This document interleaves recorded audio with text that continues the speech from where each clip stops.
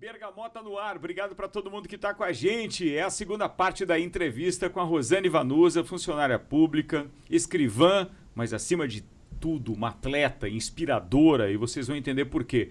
Quem viu a primeira parte da entrevista já tem mais ou menos uma ideia, mas agora a gente segue com essa segunda parte, ou seja, ocupando um tempão da Rosane aqui, mas para a gente bater papo, porque eu tenho certeza que você vai gostar da história que vem nesta segunda parte, nessa segunda entrevista. Poucos foram os bergamotas em que eu estendi para 2 programas, mas sem dúvida nenhuma a Rosane merece, no sentido de que a história dela é muito bacana. Rosane, quando a gente terminou a primeira parte da entrevista, a gente estava falando a respeito de 2019, dessa trajetória toda. E aí, desde quando você começou a atividade física, por conta de orientação médica, problemas de saúde, etc. E aí eu interrompi essa parte da cronologia que a gente estava seguindo para falar da inspiração do meu amigo Vonday Corrêa da Silva, para quem eu mando um abraço. Mas precisamos seguir a partir daí. Aí veio uma pandemia, você continuou treinando, de que maneira que você que você continuou treinando? E agora, mais recentemente, se eu não estiver enganado, há 2 anos, um pouco menos talvez, você também teve outro acidente que te deixou meio, digamos assim, impossibilitada de levar o teu treino na intensidade que você costuma levar. Vamos lá, de 2019, 20 para cá, com pandemia, treinamentos e tudo mais. A pandemia eu continuei treinando, que foi um período bem complicado, mas eu ia no aeroporto, não tinha ninguém, não tinha contato com ninguém. Fiquei esse período todo ali, me mantendo, na realidade, ativa. No aeroporto que você disse, você ia naquele trecho de acesso da rodovia até o hangar? Ou ia na pista correr, não, né? Da 282 até o hangar, certo. É 1 quilômetro que tem ali. Ah, entendi. Então, você vai 1 quilômetro e volta 1 quilômetro, você tem seja, fazia teu treinamento 2 quilômetros. Às vezes eu ficava 1 hora ou 2 horas ali. Até hoje eu faço isso. Ali é bem seguro, bem tranquilo. Quantos quilômetros você faz em 1 hora? De corrida? Porque era o que tu ficava treinando ou fazia bicicleta também? Dependendo do que você tem de treino. Por certo. exemplo, numa prova eu faço, sei lá, 12 quilômetros numa hora. 12 quilômetros numa hora, meu Deus do céu.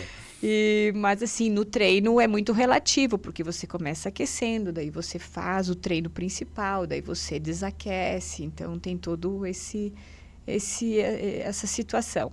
Aí depois que saiu a pandemia, que começaram as provas de novo, aí começa a se inscrever de novo. Tem essa, começa a aparecer, você faz devagarinho, com cautela, o corpo vai reacostumando de novo, nesse sentido.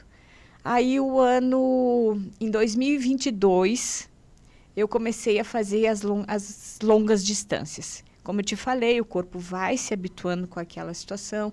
Eu comecei no triatlon com pequenas distâncias, comecei me acostumando, o corpo vai acostumando e você vai galgando outros desafios. O triatlon tem, digamos assim, uma parte, uma modalidade, uma categoria que tem distâncias menores. Tem. Mesmo você fazendo as 3 modalidades, ou seja, ciclismo, natação e corrida, ela tem, digamos assim, distâncias mais curtas. Tem o super sprint, que você nada 350, você pedala 10 quilômetros e corre 2,5. Certo. É super rapidinho. E assim vai aumentando as distâncias. Tem, inclusive, Ultraman, você faz 10, teve um agora no Paraná, semana passada, você nada 10 quilômetros, você pedala 200 e pouco, você corre 80. É um absurdo, assim, são vários... Eles vão criando à medida que a humanidade vai alcançando esses números, eles aumentam as provas. Se o corpo mostra que pode... Eles vão fazendo, né? Mas são treinos extremos, exigem bastante das pessoas. Isso também lesiona bastante, né, Ricardo? Então, tudo tem que ser bem acompanhado.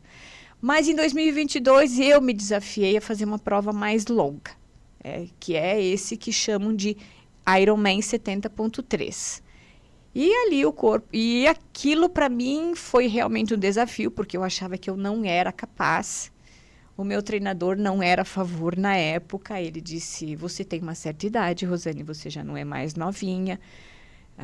Eu tenho medo de que você se lesione. Mas eu disse para ele, eu quero tentar. Nem que eu termine, a gente tem 8 horas para fazer uma prova de Ironman 70.3. Nem que eu termine. O que é o 70.3, Rosane, para a gente deixar o ouvinte e eu mesmo, o entrevistador, ciente? Para começar, o Ironman é uma marca, né, dos Estados Unidos que tem provas no mundo inteiro. Certo. Quem determina essas provas e a maneira como elas são feitas é o Ironman. Certo. Então, se quer ter prova no Brasil, por exemplo, eu quero fazer um Ironman aqui no Brasil. Já tem número X de provas de Ironman, elas já estão definidas, o calendário é definido anualmente, o do ano que vem já está praticamente definido, eles fazem tudo com muita antecedência, tudo muito bem organizado. E ele só tem 2 distâncias, o Ironman. O 70.3, que é milhas. O 70.3, o número é em milhas. Por quê? Porque você nada 1.900 metros, pedala 90 e corre 21. Tudo na sequência, tudo numa mesma prova. Então, por isso que eu digo que as provas, para mim, elas levam em torno de 5 ou 6 horas. Porque é o tempo que eu, na minha performance, consigo fazer esse período, todo esse trajeto. Aí, eu me desafiei e comecei a treinar para isso. E eu pensei, eu vou tentar fazer e vou ver se eu consigo fazer.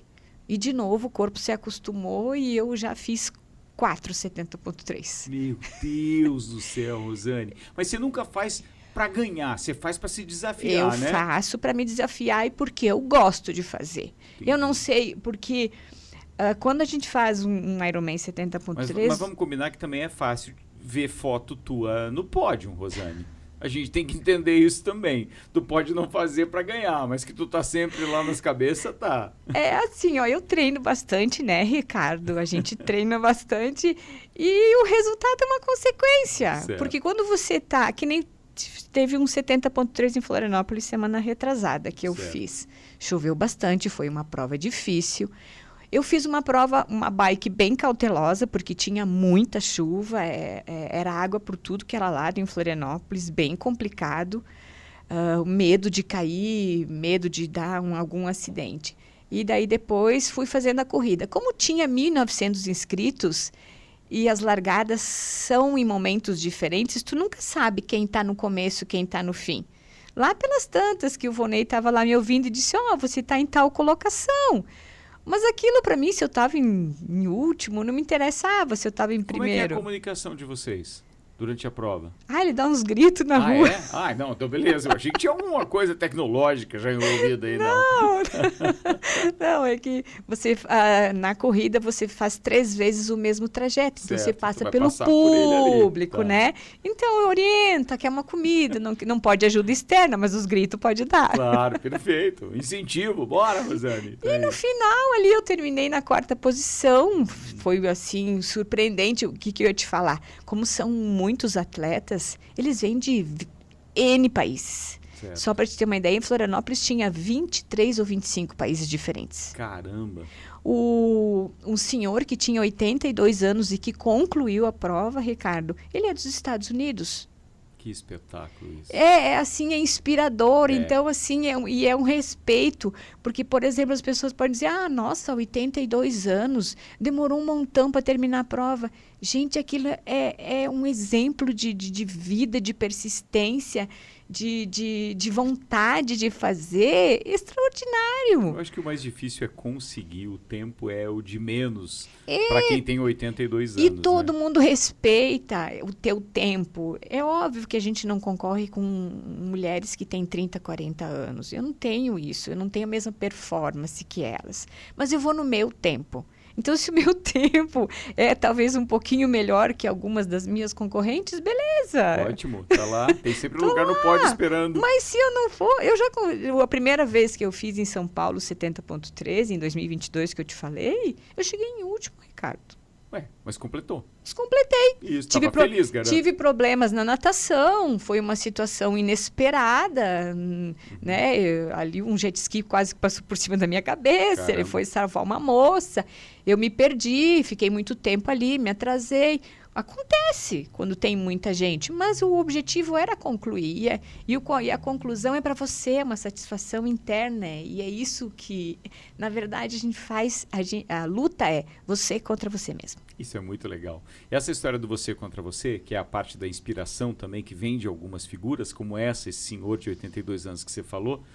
Recentemente, agora é uma confidencialidade, é uma parte mais íntima, mas eu preciso relatar, porque eu achei que isso seria fogo de palha e não foi.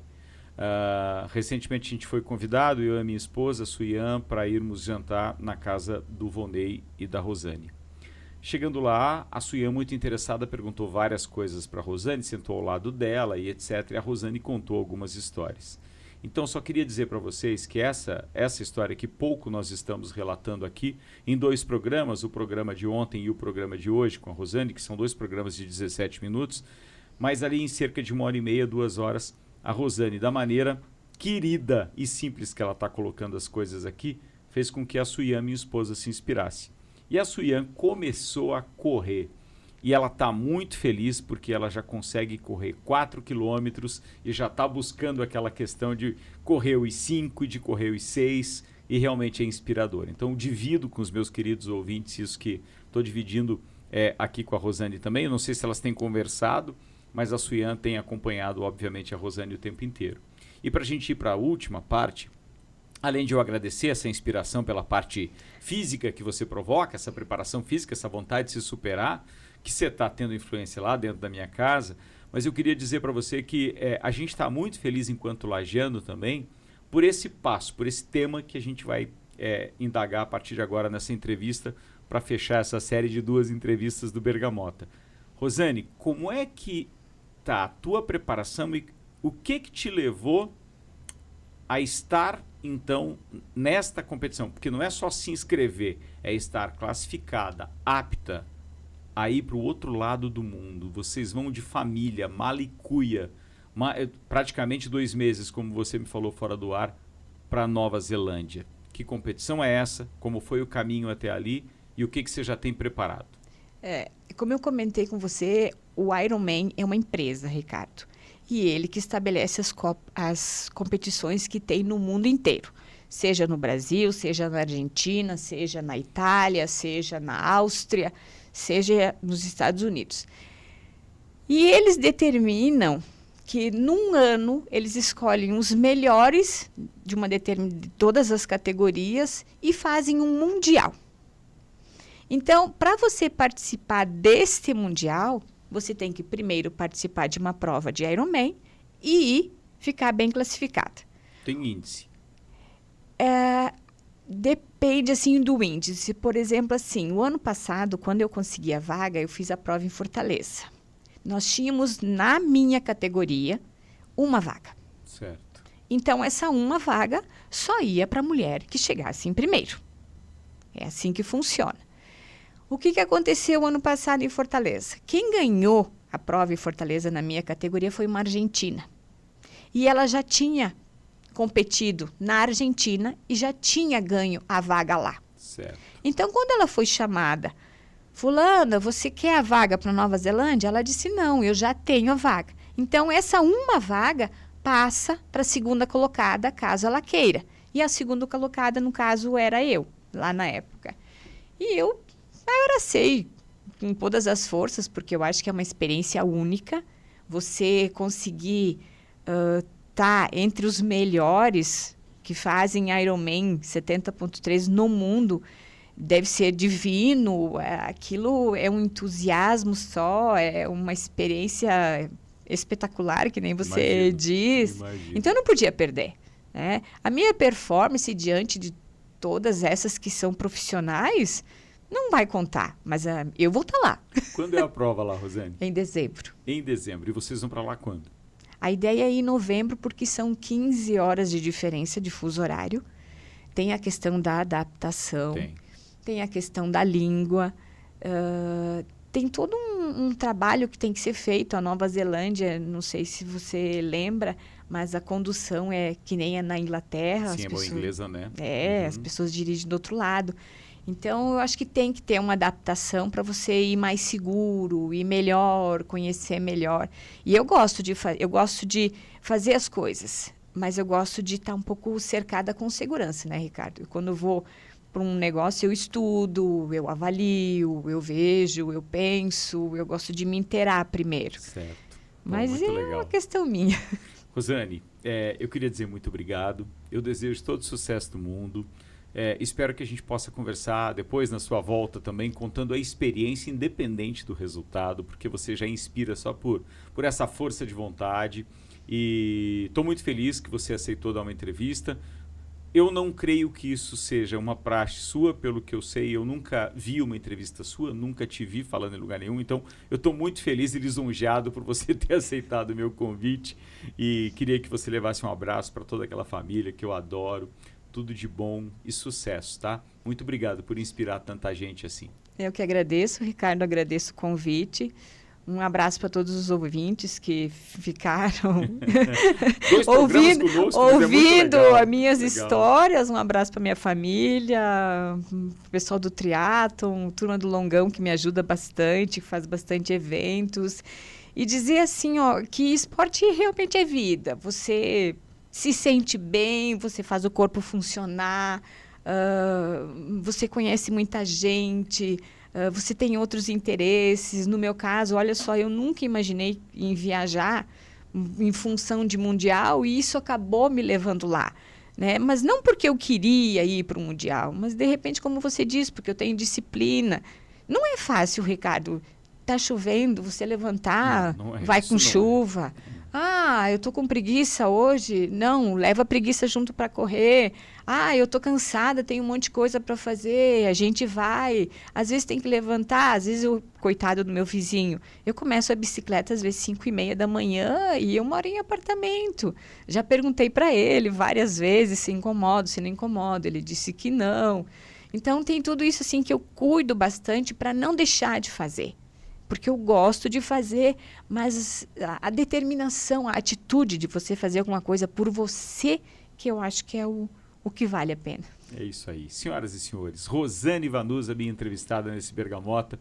Muito obrigado por ficarem conosco aqui e vejam essa entrevista quantas vezes vocês acharem necessário, porque realmente a Rosane é uma inspiração. Beijo para todo mundo, beijo para você, Rosane. Até a próxima, turma!